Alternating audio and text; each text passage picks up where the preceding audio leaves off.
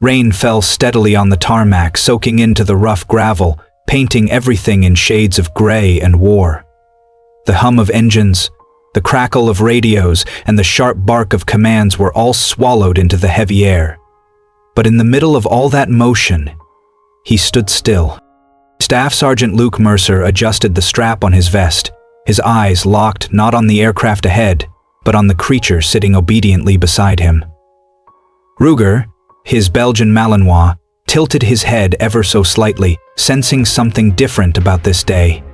His ears twitched, his body was alert, but his eyes, those sharp amber eyes, were focused entirely on Luke's.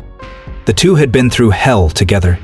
From dusty Afghan outposts to jungle traps in South America, they'd worked as one.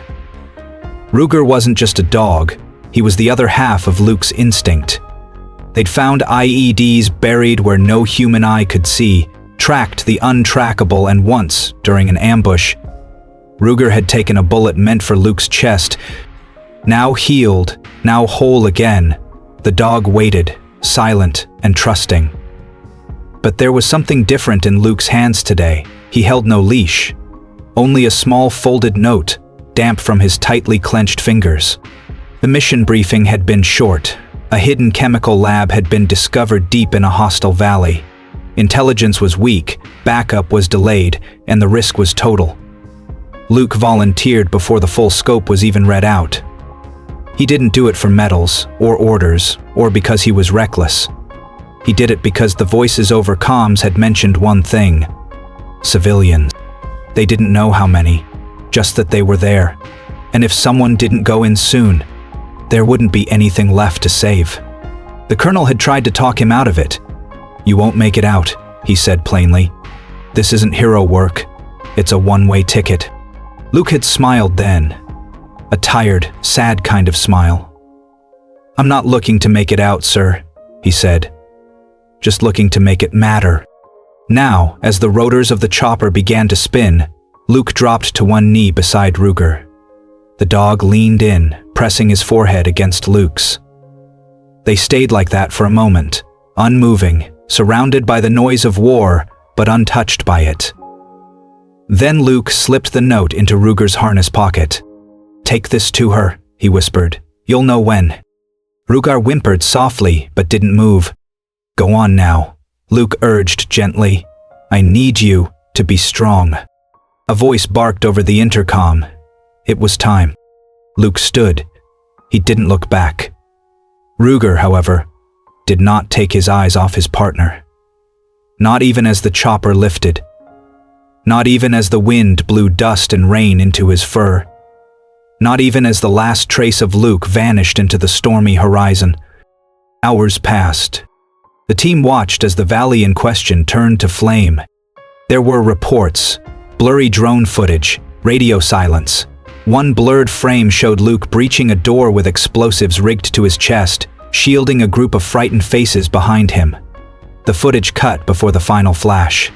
Back at base, Ruger refused to eat, refused to sleep. He lay in Luke's bunk, curled up tight, eyes always on the door. Days passed. Then, one morning, Ruger began pacing. Not wildly, not confused, but purposeful, focused. He walked straight to Captain Elena Ward's quarters. Elena was Luke's younger sister and a medic stationed at the same base. She was one of the few people Ruger trusted almost as much as Luke himself. The moment she opened the door, Ruger sat, lifted his paw, and nudged at the pocket on his vest. Inside was the note. Her hands trembled as she unfolded the damp paper. The ink was slightly smudged, but still legible. Luke's handwriting. Sharp. Clean. Just like always. "Elena, if Ruger's brought you this, I'm gone. I'm sorry. I didn't want to leave you. Or him. But I had to do what I believed was right. Please take care of Ruger. He's not just a dog. He's my soul walking outside my body. He'll keep you safe. He always knew how to find the light, even when I couldn't. Tell Mom I tried. Love you always. Luke." Elena dropped to her knees, her body folding in on itself as the weight of the letter hit her. Ruger leaned into her, resting his head in her lap. He stayed there for hours. Word of Luke's final act spread quickly. The civilians he'd saved were real. 12 people, including 5 children. They'd been chained, gagged, and prepared for a propaganda video. Luke had breached the room alone, taken down 2 guards before they could trigger a gas release, and secured the space long enough to transmit coordinates. They said it was the single bravest solo rescue in recent military history. But medals didn't matter to Ruger. What mattered was that Luke was gone. They tried reassigning the dog, 3 different handlers, 3 different attempts. But Ruger refused. He wouldn't follow anyone's lead, wouldn't board a chopper, wouldn't move toward any combat zone. He just sat by Luke's grave whenever they let him.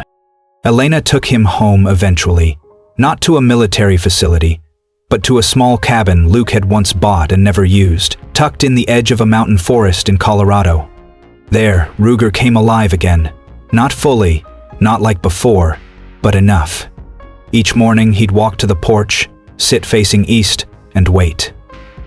Then he'd run down the trail Luke used to jog whenever he had leave. He'd sniff the same trees, sit by the same creek, stare at the same sky. It was ritual. Memory.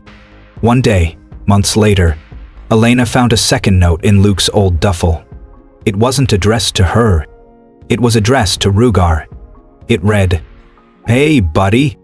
If you're reading this, it means I didn't come back. I wish I could explain it all. I wish I could tell you why people do bad things, and why some of us try to stop them, even if it means not coming home. But you already know what matters. You've always known.